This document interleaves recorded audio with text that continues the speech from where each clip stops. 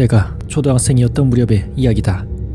내 고향에서는 저녁이 되면 아이들에게 집에 돌아가라는 동네 방송이 나온다. 방송이라고는 해도 빨리 집에 돌아가거라 라는 무미건조한 것이 아니라 저녁 노을 작은 노을의 멜로디가 스피커에서 지지직거리며 울려 퍼지는 것이다. 그렇지만 한참 놀고 있는 아이들에게 그런 방송은 잡음일 뿐이었고, 방송이 울려 퍼져도 날이 저물 때까지 노는 것이 일상이었다. 하지만 지금 와서 생각해보면 그 방송은 어른들의 경고였을 것이다. 나는 그날 혼자서 도토리를 줍고 있었다. 우리 마을에는 도로에서 조금만 벗어나면 바로 산이 있었다. 그 산은 아이들에게 거대한 놀이터와 같았다. 바스락거리는 낙엽을 밟으면서 예쁜 도토리를 찾아 걷고 있었다. 하나를 찾으면 주저앉아 그것을 줍고 근처에서 또 도토리를 찾아낸다. 그런 식으로 계속 깊은 산속으로 들어가고 있었다. 그만큼 도토리를 줍는 것에 완전히 몰두하고 있었다. 아이들은 종종 하나의 일에 집중하기 시작하면 주변은 전혀 눈에 들어오지 않게 되곤 한다. 그날 나도 그런 상태였다. 멀리서 저녁 노을의 멜로디가 들려오기 시작했을 때도 전혀 신경 쓰지 않았다. 벌써 시간이 그렇게 됐나 싶으면서도 조금 더 주워야겠다는 생각으로 도토리를 계속 줍고 있었다.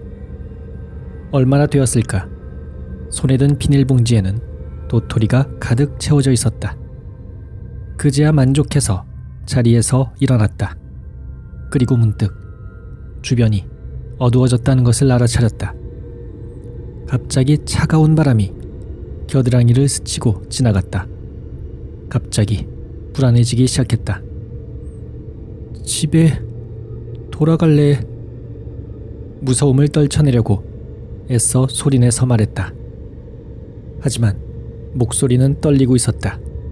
그리고 집에 돌아가기 위해 발을 내딛었을 때 내가 산에 어디에 있는지 모른다는 것을 알아차렸다. 도토리를 줍는 것에 열중한 나머지 어디로 가는지도 모르고 있었던 것이다. 그것은 불안감을 더욱 가중시켰다. 따로 어디에 표시를 해둔 것도 아니다. 산을 올라왔는지 내려왔는지도 모른다. 한참을 생각하다 어느 동화를 떠올렸다. 헨젤과 그레텔 이야기였다. 빵을 뜯어서 표시를 하고 그것을 따라 돌아왔다는 이야기. 나는 거꾸로 도토리를 주워서 왔으니까 도토리가 없는 쪽으로 가기로 했다. 지금 생각하면 참 어리석은 생각이지만 당시의 나에게는 대단히 괜찮은 생각 같았다. 하지만 그것은 생각만큼 쉬운 일이 아니었다. 도토리는 어디에나 떨어져 있었고 해가 진 상황에서 도토리가 없는 쪽을 찾는 것은 불가능에 가까웠다. 결국 다 포기하고 어찌할 바를 몰라 그냥 옆에 있는 바위에 걸터 앉았다. 그리고 때때로 멀리서 들려오는 정체 모를 짐승의 울음소리에 겁을 먹고 있었다. 점차 어둠 속에서 이상한 것들이 보이기 시작했다. 옛날 이야기에서 들었던 산에 사는 거대한 짐승, 산에서 조난당한 사람들의 귀신, 차례로 어둠 속에서 나타났다 사라지는 환각을 보며 내 정신은 점점 흐릿해져 가고 있었다. 나는 이대로 세상을 떠나는 것일까? 공복과 추위, 환각에 시달린 나머지 그런 생각까지 하게 되었다. 그런데 몽롱한 와중에 무엇인가가 낙엽을 밟으며 걷고 있는 소리를 들었다. 모든 신경을 귀에 집중해 소리를 들었다. 역시 무엇인가가 걷고 있다. 소리에서 그것이 네 발 달린 짐승의 것이 아니라는 것을 알 수 있었다. 그렇다면 인간인 것일까? 소리의 방향으로 시선을 돌렸지만 아무것도 보이지 않았다. 하지만 소리는 계속 들려왔다. 사람일까? 만약 사람이라면 등불 하나 없이 이 시간에 산길을 걸어 다닐 수 있을까? 그리고 도대체 이런 곳에서 무엇을 하는 것일까? 소리는 내가 있는 곳에서 10m 정도 떨어진 곳까지 다가왔다. 점점 정체 모를 것에 대한 공포가 엄습해왔다. 소리는 나는데 모습은 안 보인다. 너무나 무서운 나머지 반대편으로 도토리를 던져 그것의 주의를 끌기로 했다. 하지만 비닐봉지에 손을 댄 순간 부스럭거리는 소리가 크게 울려 퍼졌다. 그 순간 등골이 오싹해졌다. 방금 전까지 들려오던 발소리가 분명히 나를 향해 오고 있었다. 발소리는 눈 깜짝할 사이에 내 눈앞까지 도착했다. 그리고 내 주변을 빙글빙글 뛰며 돌기 시작했다. 주변의 풀들은 이리저리 흔들리며 거기에 무엇인가가 존재한다는 것을 보여주고 있었다. 나는 완전히 패닉에 빠졌다. 풀이 흔들리고 발소리가 들리는데 아무 모습도 보이지 않았다. 나는 아무 소리도 못 내고 그저 조용히 눈물을 흘릴 뿐이었다. 발소리는 점점 다가와서 흔들리는 풀이 내 몸에 부딪힐 정도가 되었다. 나는 여기서 죽는다. 막연히 드는 그 생각에 눈물은 점점 더 넘쳐 흘렀다. 그저 눈을 감고 이를 악문 채 마지막 순간이 다가오는 것을 기다렸다. 얼마나 지났을까? 어째서인지 발소리는 사라졌다. 풀의 흔들림도 느껴지지 않았다. 순간 살았다고 생각하며 안도의 한숨과 함께 눈을 떴다. 그리고 한순간 숨을 멈췄다. 내 코앞에 주름투성이의 추악한 얼굴이 있었다.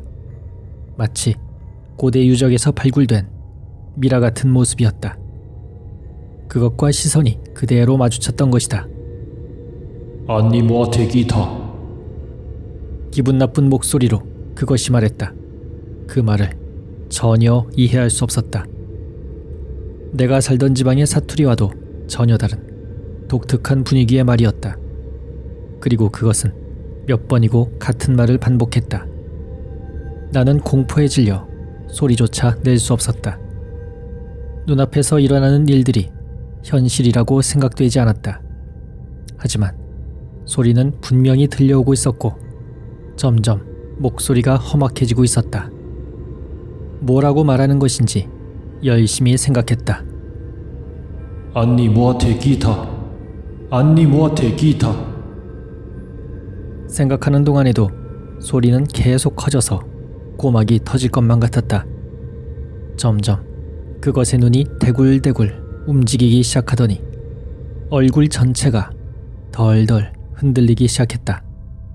나는 그 순간 손에 들고 있던 도토리가 가득한 비닐봉지를 그것에게 내밀었다. 그때 내가 왜 그렇게 한 것인지는 아직도 모르겠다. 어쨌거나 그렇게 하자마자 순간 흔들리던 얼굴이 멈추고 눈의 초점이 내가 내민 비닐봉지로 향했다. 그리고 큰 소리와 함께 그것은 내가 내민 봉지를 들고 크게 웃으면서 사라졌다. 나는 공포에 사로잡힌 채 그 자리에서 그대로 아침까지 떨고 있었다. 그곳에서 움직인 것은 아침 해가 뜨고 나서였다. 밤새 같은 자세로 앉아 있었기 때문에 다리가 저려서 움직이는 것도 힘들었지만 한동안 산속을 걷자 나를 찾고 있던 어른들을 발견했다. 안심한 나머지 그 자리에 주저앉아 펑펑 울면서 어른들을 불렀다. 어른들이 이끌려 집으로 돌아오자 어머니는 밤새 울고 있었던 것인지 눈가가 부어 있었다. 아버지는 내 머리를 한 대 때린 뒤 울면서 나를 꼭 껴안았다. 머리는 아팠지만 드디어 집에 돌아왔다는 안도감이 느껴졌다. 그리고 다음 날 산에서 봤던 것을 부모님에게 이야기했지만 바보 같은 소리를 한다면서 한 대 더 맞았다. 하지만 나중에 산에서 봤던 게 무엇이었는지에 대해 마을 안에 소문이 돌면서 어떤 할아버지가 나를 찾아왔었다. 할아버지는 오래전부터 마을에 사시던 분으로 우리 마을의 역사에 관한 책을 쓰고 계신 분이었다. 나는 할아버지에게 내가 봤던 것을 자세히 이야기하고 그것이 무엇이었는지 여쭤봤다. 할아버지는 싱긋 웃으면서 그것은 산신이라고 대답해 주셨다. 안니모 와테기타라는 말은 무엇을 가져왔냐는 질문이라는 것이었다. 이 마을에서는 먼 옛날 가을의 수확을 거두면 산신에게 감사와 함께 내년의 풍년을 기원하며 공물을 바쳤다는 것이다.